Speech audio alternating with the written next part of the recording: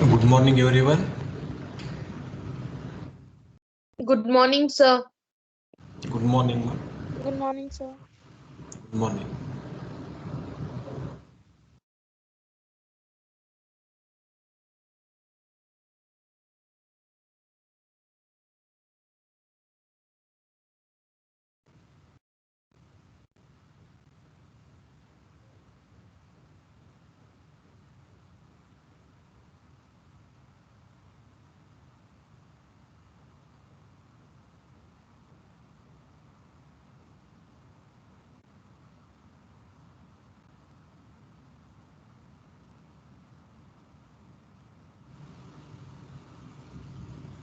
In the last class, we discussed few MCQs regarding liquid chemistry.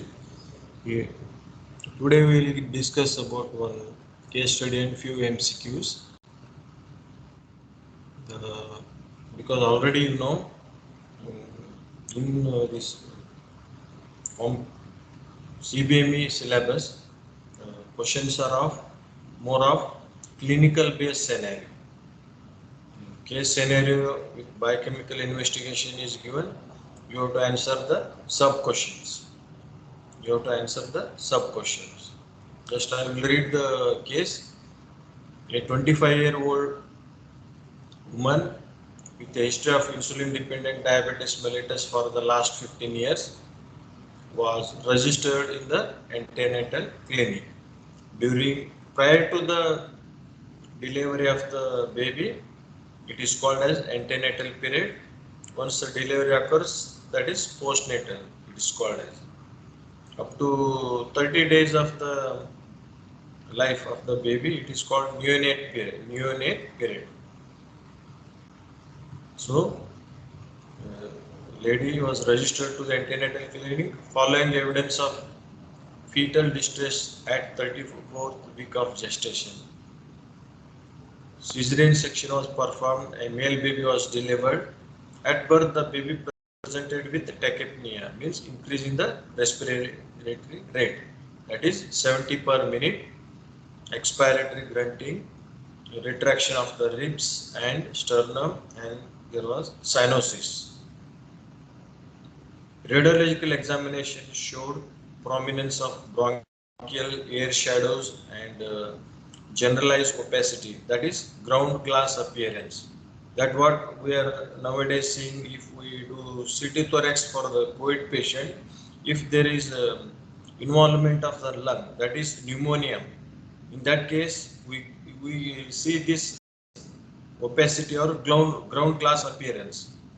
Means that is a sign of pneumonic patches. Biochemical analysis of blood sample did not show any abnormal results. The baby was shifted to the neonatal unit for further management. So this is the case history. Once again I will read. 25-year-old woman with a history of insulin dependent diabetes mellitus for the last 15 years was registered in the antenatal clinic following evidence of the fetal distress at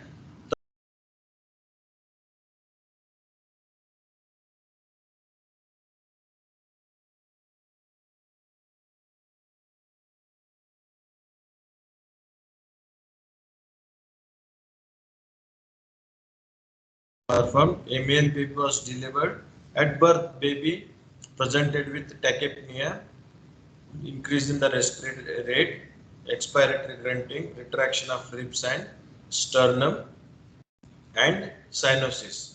Radiological examination showed prominence of bronchial air shadows and generalized opacity, that is ground glass appearance.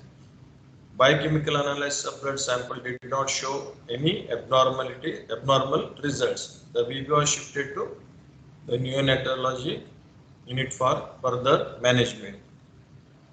The questions are like this. What is the most probable diagnosis?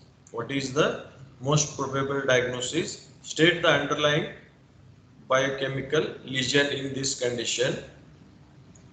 How would you diagnose this condition in the antenatal period? And a brief outline of the treatment of the child. Brief outline of the treatment of the child. Coming to the first question, it is a respiratory distress syndrome. It is a respiratory distress syndrome, or it is also called as hyaline membrane disease. Hyaline membrane disease. The diagnosis is respiratory distress syndrome or hyaline membrane disease. The biochemical lesion here is the surfactant deficiency. The surfactant deficiency, which covers the alveoli and avoids the collapse of the each individual alveoli. And little bit we will try to know about the surfactant proper. Surfactant is identifiable in fetal lung as early as 16 weeks, though the proper secretion begins after 24 weeks of gestation. And it is synthesized most abundantly after the 35th week of gestation. Pulmonary surfactant are phospholipids synthesized in the type 2 cells lining the alveoli surfactant. Alveoli surfactant. The composition of the surfactant is 40% of the dipalmitoyl phosphatidyl choline, 40% of other phospholipids, 5% surfactant associated protein. They are A, B, C, D, cholesterol, and traces of other substances. This is a composition of the surfactant. This is the composition of the surfactant. For this, in the next, this thing you can see here on the left side, you can see the normal alveoli where the enough quantity of surfactant is there. It won't allow to collapse of the individual alveoli. Whereas on the right side you can see the collapsed alveoli because of the decreased surfactant. Because of this, the air won't enter into the alveoli properly. That is the reason there will be decrease in the concentration of oxygen.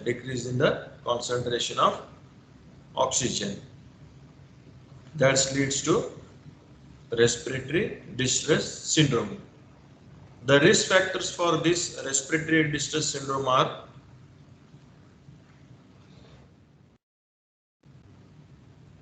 prematurity. Prematurity means prior to the 36 weeks, or you can say exactly 7 months. If the baby is born, that is called as premature baby. Delivery of the multiple births given by the mother, and maternal diabetes, and cesarean section without labor pain, and perinatal asphyxia, cold stress. Coming to the race, white race, and it is more common in male baby, hypothyroidism, and second twin. Here I would like to tell here, if twin babies are born, once we do ultrasound sonography, we will come to know whether single baby is there or twins are there. Even if it is more than that also, we will come to know. What happens usually if twins are there, two placentas will be there. In case of twins, single placenta or double placenta, they will be competing each other, babies, for the growth.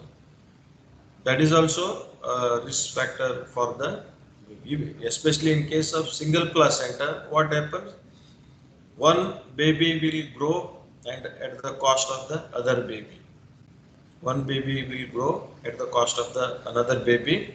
Here what happens, chances of postpartum hemorrhage. Postpartum hemorrhage. Postpartum means after the delivery there will be lot of hemorrhage. So chances of postpartum hemorrhage will be more. So these are the risk factors for respiratory syndrome. The clinical manifestations are like this. Respiratory distress syndrome, it appears within minutes of birth, may not be recognized for several hours in larger preterm. Larger preterm means the baby born to a diabetic mother, baby born to a diabetic mother or large baby we say. Tachypnea more than 60 breaths per minute, nasal flaring, subcostal and intercostal retractions, cyanosis and auditory expiratory grunting. Breath sounds may be normal or diminished and fine rails may be heard. If you keep the chest on the chest, stethoscope on the chest, you may hear these fine rails, means sounds you will be hearing which will be different from the normal air breathing or the normal entry of the air into the alveoli. Progressive worsening of the cyanosis and dyspnea, difficulty in breathing. Cyanosis and pallor further increase and grunting decreases. There may be apnea, means it will be baby may not be able to breathe properly. Irregular respirations are dangerous signs. In most cases, symptoms and signs reach a peak within 3 days, after which improvement occurs gradually. But during these 3 days, the baby will have to suffer a lot. Coming to the second question, how would you diagnose this condition in the antenatal period? Prediction of fetal lung maturity is derived by estimating lecithin to sphingomyelin ratio and or by testing the presence of phosphatidylglycerol in the amniotic fluid obtained with amniocentesis. See here what happens in case of amniocentesis. The ratio of lecithin to sphingomyelin is measured. The ratio of lecithin to sphingomyelin is measured. If it is more than that, if more than 2, lecithin to sphingomyelin ratio is more than 2, it shows that the fetal lungs are matured. If it is less than that, you have to think that fetal lungs are not matured up to the mark where they can survive on their own.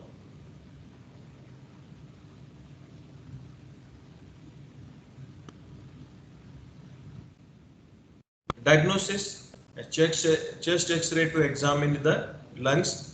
Ground glass appearance will be seen. Because air is not entering into the respiratory tract. And at the same time, to check the oxygen level, blood gas analysis is done. The instrument is arterial blood gas analyzer. From the here, what we supposed to do?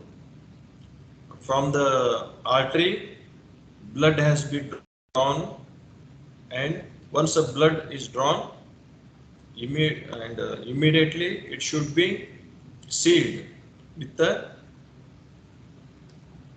Immediately you should close with the needle cover and sent within few minutes to the laboratory, keeping over the ice pack. Here, usually in case of arterial blood gas analysis, partial pressure of oxygen, partial pressure of carbon dioxide, and pH is measured, and one more is bicarbonate levels are measured. And there are so many other calculated parameters are there. Let us not go into the detail, because once you go to the clinical side, you will be, with the help of arterial blood gas analyzer, you can go for PO2, PCO2, pH and bicarbonate level. These are the parameters. So ultimately we will come to know the level of the oxygen in the arterial blood. Here you can appreciate in this X-ray film, dark lung appearance means that shows the air entry. That shows the air entry, whereas the light lung appears in the lung field. That shows there is no air entry inside the respiratory tract. Here the black shadow at the down you are seeing, it is in the large intestine, or it may be intestine. We cannot say it is directly a large intestine, the air in the intestine. So you can appreciate the normal lung and the lung where there is respiratory distress syndrome, means there is absolute air is not entered inside the lung. So this is the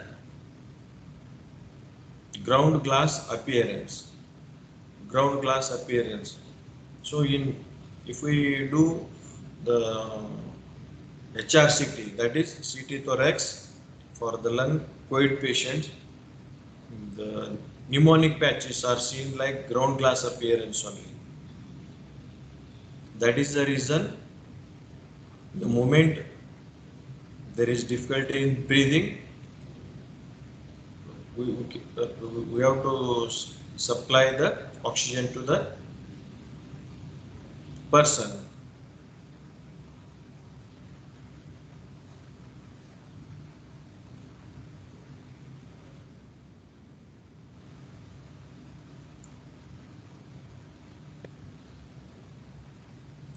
Next, we will come to the treatment of the child. Resuscitation, that is administration of warm, moist oxygen and with assisted ventilators. They are kept in the ventilators. Ensure that the patient are receiving the smallest possible amount of oxygen required. And next one is continuous positive airway pressure, used to promote ventilation by keeping the alveoli open at the end of the expiration, thereby reducing the chances of atelectasis, means collapse of the lung. And surfactant replacement therapy. Immediately after birth of the baby, surfactant is given to the baby so that the alveoli won't collapse and the baby can survive. And the use of corticosteroids is of most important here. Prior to the delivery,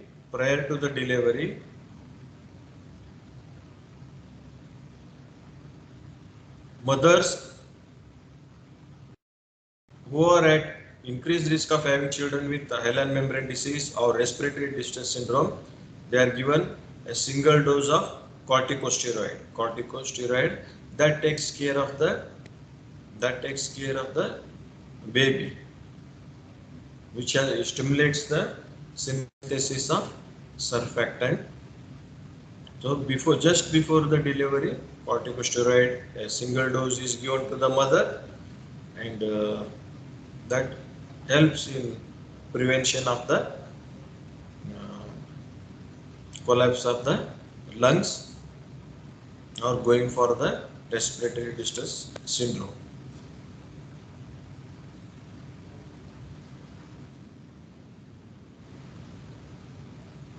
So usually the baby is kept in the neonatal intensive care unit with with all precautionary measures, with all aseptic precautionary measures, baby is kept in the NICU. So NICU. This is in brief regarding the respiratory distress syndrome or hyaline membrane disease. Hyaline membrane disease. Next, we will go for a few MCQs.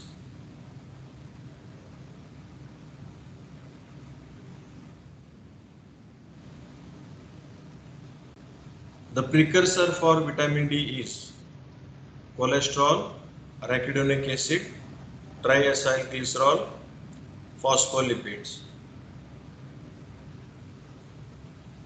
Usually this question comes in the theory and usually this question is asked in the examination. I will tell you afterwards how this question is asked. The precursor for vitamin D is cholesterol. The precursor for vitamin D is cholesterol. The question will be asked in the examination like this. Enumerate the compounds that are synthesized from cholesterol. Enumerate the compounds that are synthesized from cholesterol. One of them is vitamin D. Vitamin D. When cholesterol helps, or one of the composition of the cell membrane also. It helps in the synthesis of steroid hormones. So you have to be able to answer this question. Just a few MCQs I am discussing here. Which of the following carbohydrates distinguishes a ganglioside from a globocyte? Which of the following carbohydrates distinguishes a ganglioside from a globocyte?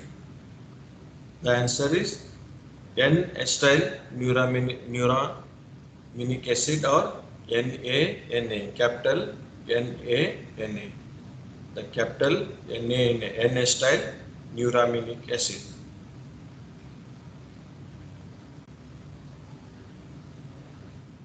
Next MCQ, that is,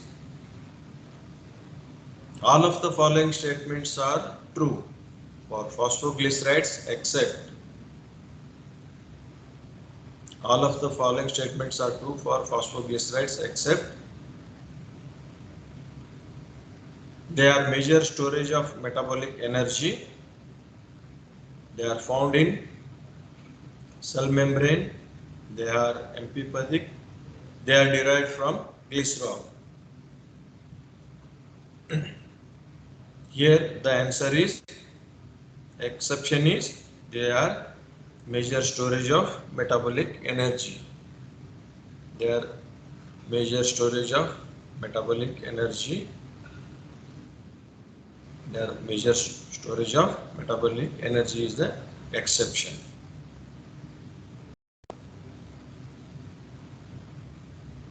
Next question.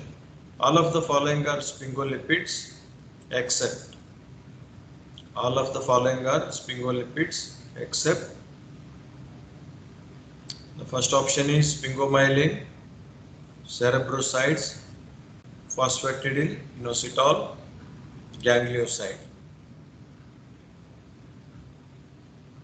The answer here is phosphatidyl inositol. Phosphatidyl inositol. It is a second messenger. PIP. It is abbreviated as PIP, phosphatidyl inositol.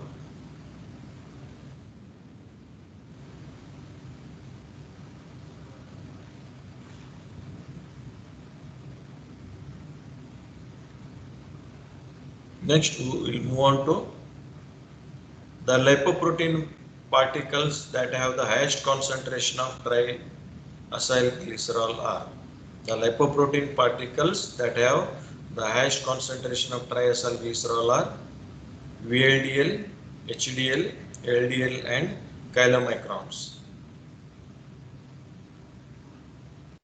VLDL, HDL, LDL and chylomicrons? The answer is chylomicrons. Sorry. Answer is chylomicrons.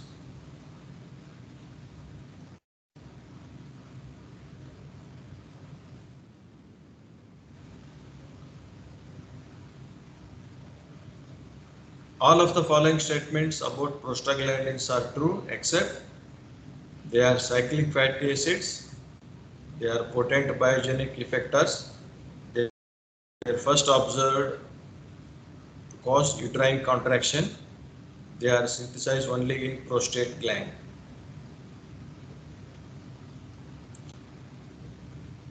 Earlier, what happened? As first it was discovered in the prostate gland, they were labeled as prostaglandins. Later on, they came to know that it is available everywhere in the body, but still that word prostaglandin is still is utilized. So the answer is they are, they are synthesized only in the prostate gland. That is the exception. They are cyclic fatty acids. They are potent biological effectors. Means they act as local hormones. They were first observed to cause uterine contraction. So the answer is they are synthesized only in the prostate gland. Prostate gland. Next one is glycerol is the backbone of glycerophospholipid, sphingophospholipid, glycolipids, cholesterol, esters. Glycerol is the backbone of glycerophospholipids, sphingophospholipid, glycolipids and cholesterol esters. The answer is glycerophospholipids. The answer is glycerophospholipids. Glycerol is the backbone of glycerophospholipid. Next MCQ. All of the following statements about lipids are true except they are esters of fatty acids, they have poor solubility in water, they are source of energy, they are polyhydroxyaldehydes. Options are they are esters of fatty acids, they have poor solubility in water, they are a source of energy, they are polyhydroxyaldehydes. Polyhydroxyaldehydes or ketone, they are carbohydrates.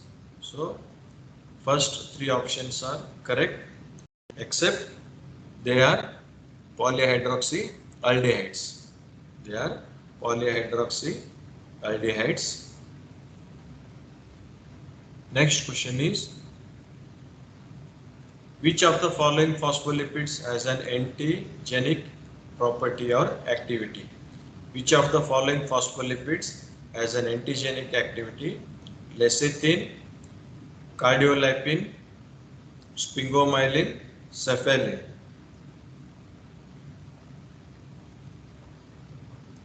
Options are lecithin, cardiolipin, sphingomyelin and cephalin.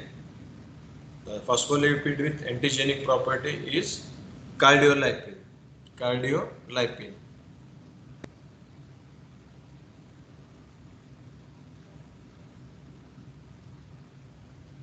Next one is which of the following glycolipids is known to be the receptor in human intestine for cholera toxin? Which of the following glycolipids is known to be the receptor in human intestine for cholera toxin? It is the options are GM1, GM2, globoside, cerebroside. The receptors, the glycolipid which acts as receptors in human intestine for cholera toxin is GM1. GM1. Next MCQ. We'll pass on to next MCQ. Which of the following is the major storage and transport form of fatty acids? Which of the following is the major storage and transport form of fatty acids? We have options: cholesterol, triacylglycerol, albumin, phospholipids.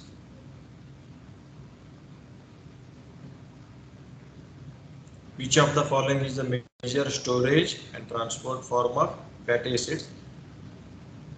That is triacylglycerol. Triacylglycerol. Triacylglycerol. Before I conclude, I would like to tell few things. In the month of first week of May, from the Department of Anatomy, Physiology and Biochemistry, we are conducting MCQ test for the students. MCQ test for the students. Attendance is compulsory. We are going to conduct the MCQ for the first MBBS students. The details regarding the date, topic, and marking, everything will be intimated to you within a short span. So there will be test conducted by all the three preclinical departments. The details will be shared by the office of the principal, sir. Thank you.